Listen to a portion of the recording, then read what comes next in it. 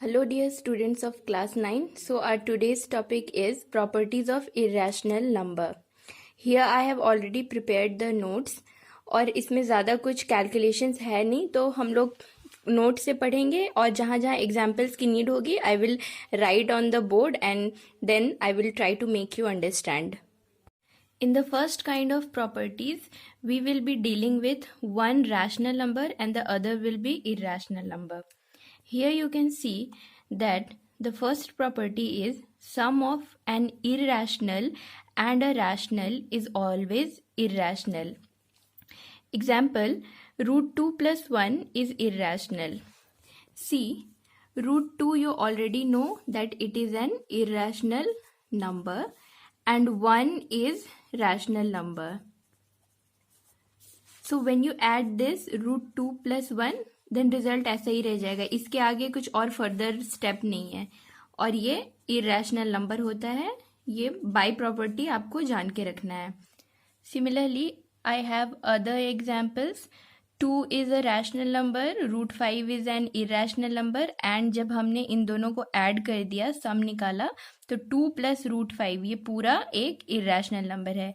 Multiple choice में अगर ऐसा कुछ दिखे आपको 3 प्लस रूट 5, अगर लिखा रहेगा 3 प्लस रूट 5 इज अ, और ऑप्शंस है rational number, irrational number, none of the above, all of the above, तो आपको क्या करना है, इरेशनल नंबर में टिक करना है. और एक एग्जाम्पल है, pi plus 22/7 is what, irrational, because pi is irrational number, 22/7 is a rational number, तो rational और irrational का सम क्या होगा, irrational number ही होगा. Second property is similar like this. Difference of an irrational and a rational is always irrational. For example, root 2 is irrational and 2 is a rational number. Root 2 minus 2 is irrational. Similarly, you can check these. Here I have written an example including decimal expansion. 1.3 recurring. As you already know that this is a rational number and the second one is 2.010, 110, 111 and so on. So this is a non-terminating, non-repeating decimal, hence it is an irrational number. The difference of a rational number and an irrational number is always irrational. यहाँ पे ये matter नहीं करता है कि आप irrational को first लिख रहे हो देन उसमें से रैशनल को सब्ट्रैक्ट कर रहे हो, या रैशनल को फर्स्ट लिख रहे हो देन उसमें से इरेशनल को सब्ट्रैक्ट कर रहे हो. ये ऑर्डर कुछ भी हो सकता है बट रिजल्ट हमेशा इरेशनल होगा, यही प्रॉपर्टी कहती है. Third property is product of an irrational and a rational is always irrational. Okay. 2 root 2. 2 is rational, root 2 is irrational. Then the product is 2 root 2 is irrational. Similarly, root 3 is irrational, 2 is a rational number. Root 3 multiplied by 2, we write 2 root 3. इसको ऐसे नहीं लिखना है. Product लिखने के बाद जैसे root 3 into 2 लिखा गया, तो इसको आप लोग ऐसे मत लिख देना 3 और 2 बाद में 2 रूट 3 लिखते हैं, ठीक है. तो ये भी इरेशनल होगा. Minus root 5 multiplied by 6 is minus 6 root 5 and it is also irrational. Then you have quotient of an irrational and a rational is always irrational. 2 is rational number, root 3 is irrational. 2 upon root 3 ये पूरा जो fraction है ये irrational हो जाएगा. यहाँ पे देखो न्यूमरेटर में इरेशनल नंबर है, नीचे रैशनल नंबर है, इन दोनों का फाइनल क्वोशिएंट जो होगा वो एक इरेशनल नंबर होगा. पाई, here the numerator is irrational and the denominator is rational. Final quotient or the result is irrational. So in our conclusion, in terms of variables, we can say that if a is a rational number and root b is an irrational number, then root b plus a or a plus root b is, ये क्या होगा, ये irrational होगा. a minus root b और root b minus a, that is we are finding the difference, ये भी क्या होगा, irrational. प्रोडक्ट क्या होगा, ये भी इरेशनल होगा, a by root B is irrational. So बच्चों ऐसे वेरिएबल को देख करके कंफ्यूज नहीं होना है, बस आपको प्रॉपर्टी याद रखनी है। और वेरिएबल के टर्म्स में पूछे या प्रॉपर आपको नंबर के टर्म्स में दिया जाए क्वेश्चन, तो आपको प्रॉपर्टी याद करके और बता देना है कि फाइनल रिजल्ट इरेशनल होगा। ठीक है। In the next kind of properties, both of our numbers will be irrational. यहाँ पे हम लोग देखेंगे कि जब दोनों नंबर irrational होते हैं और हम लोग अगर प्लस या माइनस, डिवाइड और मल्टीप्लिकेशन करते हैं तो रिजल्ट कैसा होता है। Sum of two irrationals need not be an irrational. ये प्रॉपर्टी क्या कह रही है कि अगर दो irrational नंबर्स को ऐड किया जाए तो ज़रूरी नहीं है कि रिजल्ट हमेशा इरेशनल ही होगा। यहाँ पे क्या हो सकता है कि हो सकता है कि वो इरेशनल हो, या फिर ऐसा भी हो सकता है कि आपका फाइनल रिजल्ट रैशनल आ जाएगा। जैसे कि यहाँ पे देखो, √2+1 किस टाइप का नंबर है, इरेशनल नंबर। ये कहाँ से आया, अभी जो पहले प्रॉपर्टी पढ़ा था हमने, sum of an irrational and a rational is always irrational. तो यहाँ पे देखो, इरेशनल और रैशनल, ये पूरा नंबर एक इरेशनल नंबर है। √2 - 2, ये irrational minus rational is irrational number. तो अब हमारे पास दो इरेशनल नंबर है, इन दोनों का हम सम निकाल करके देखते हैं। सम निकालने के लिए क्या करेंगे, दोनों को ऐड करेंगे। √2+1 प्लस, क्योंकि सम करना है, √2 - 2, ये हमारा दूसरा नंबर है। तो √2 और √2 ये दोनों एक टाइप के नंबर हैं। जैसे कि अगर आपके पास, आप अलजेब्रा में सीखे हो, अगर x + x होता है तो आप इसको लिखते हो ना 2x, तो इसीलिए समझ लो कि x आपका √2 है। 2 बार √2 को ऐड करने से क्या मिलेगा, 2√2। तो इसीलिए ये दोनों ऐड होकर के 2√2 हो गया, और 1 - 2 -1, तो 2√2 - 1। ये देखो, ये प्रोडक्ट ऑफ अ रैशनल, यहाँ पे रैशनल कौन सा नंबर है, 2। Product of a rational and an irrational is irrational, ये इरेशनल हो गया, ये इरेशनल नंबर और ये वाला रैशनल नंबर, तो irrational minus rational is irrational, तो यहाँ पे फाइनल रिजल्ट इरेशनल आया। ठीक है। Another example we have 4 + √3 is irrational number. This you can understand from the very first property. 6 - √3 is also an irrational number.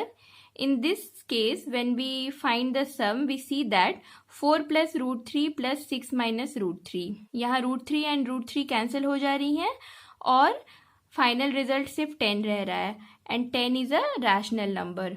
सो इस case में answer rational है, और पहले वाले केस में फाइनल रिजल्ट वाज इरेशनल।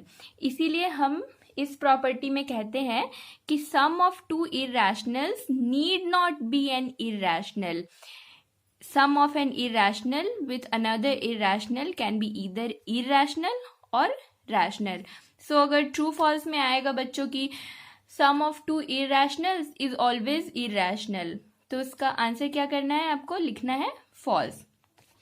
अब इससे हमें एक और फाइनल रिजल्ट ये पता चला कि it means irrational numbers are not closed under addition. ये क्लोज्ड की मीनिंग आप क्लास 8 में ऑलरेडी पढ़ चुके हो, ये मैंने बताया था, आपको याद होगा। देखो, क्लोजर प्रॉपर्टी, ये इरेशनल नंबर का सेट है, ठीक है,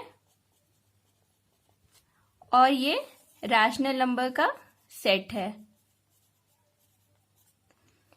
पहले एग्जाम्पल में क्या हो रहा है, हम दो इरेशनल नंबर ले रहे हैं, ठीक है। वो दोनों नंबर कहाँ के थे, इस सेट के थे, एक इरेशनल नंबर, दूसरा इरेशनल नंबर, और फाइनल रिजल्ट क्या आया, फाइनल रिजल्ट भी इरेशनल आया।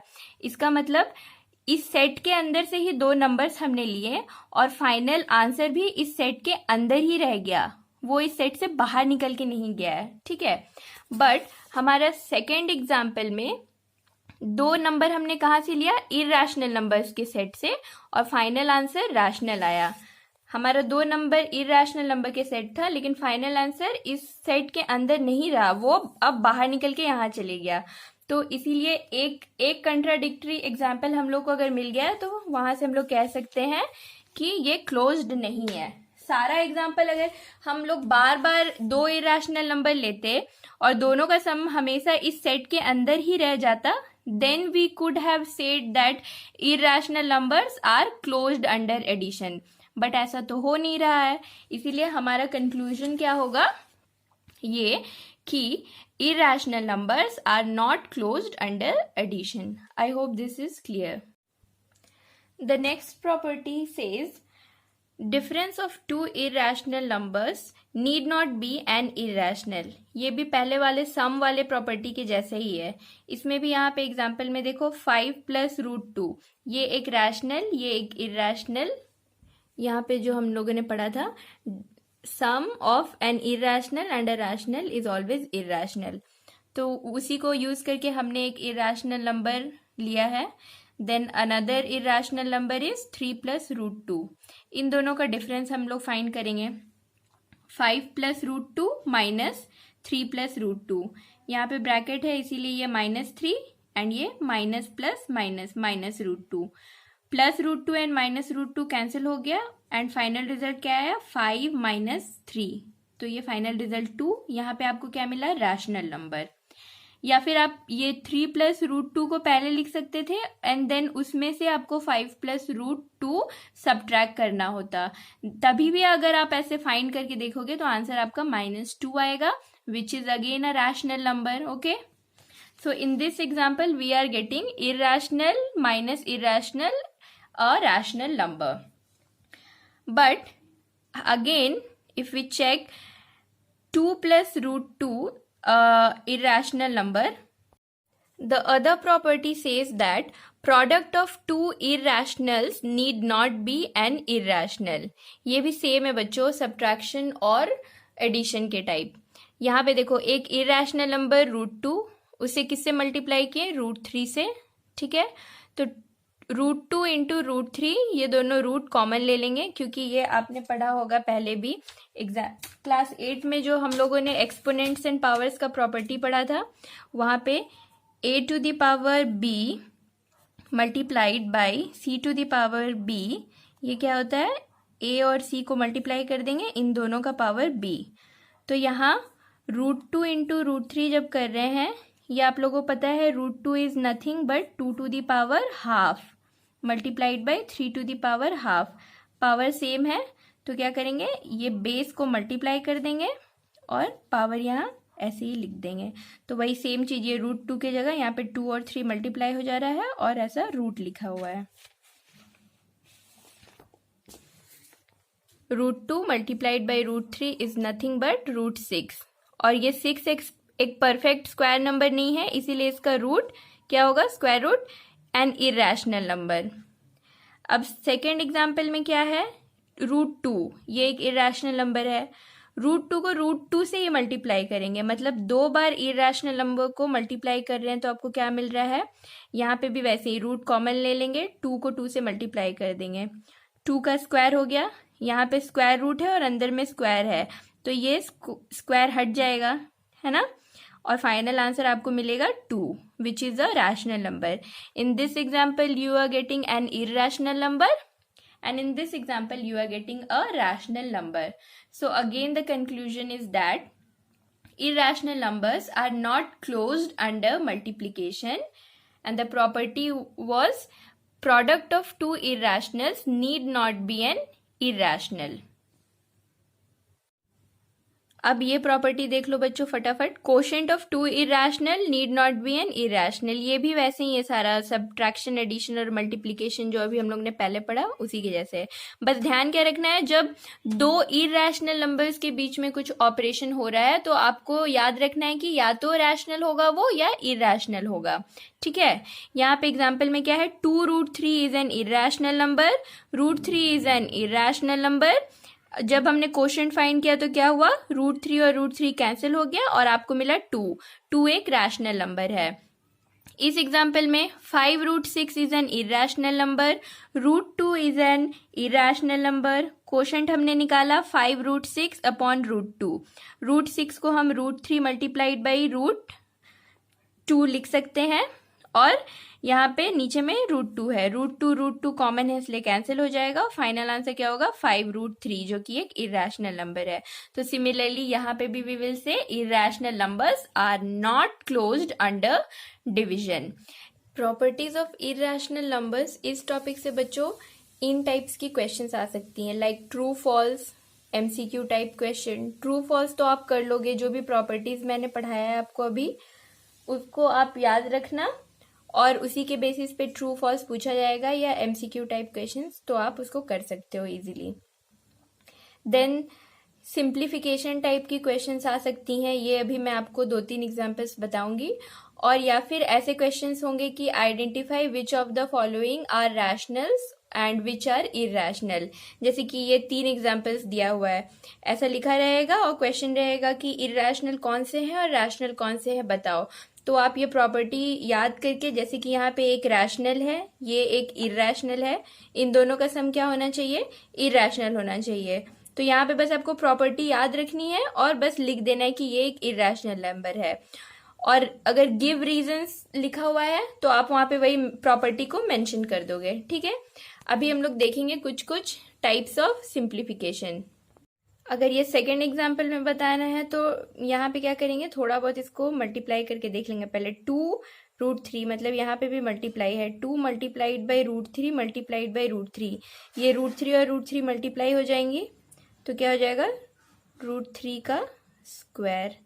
ये क्या हो जाएगा 2 × 3 और ये 6, ये एक रैशनल नंबर है बता देना। 5 + 5 + 5 + √3 का क्यूब, ठीक है।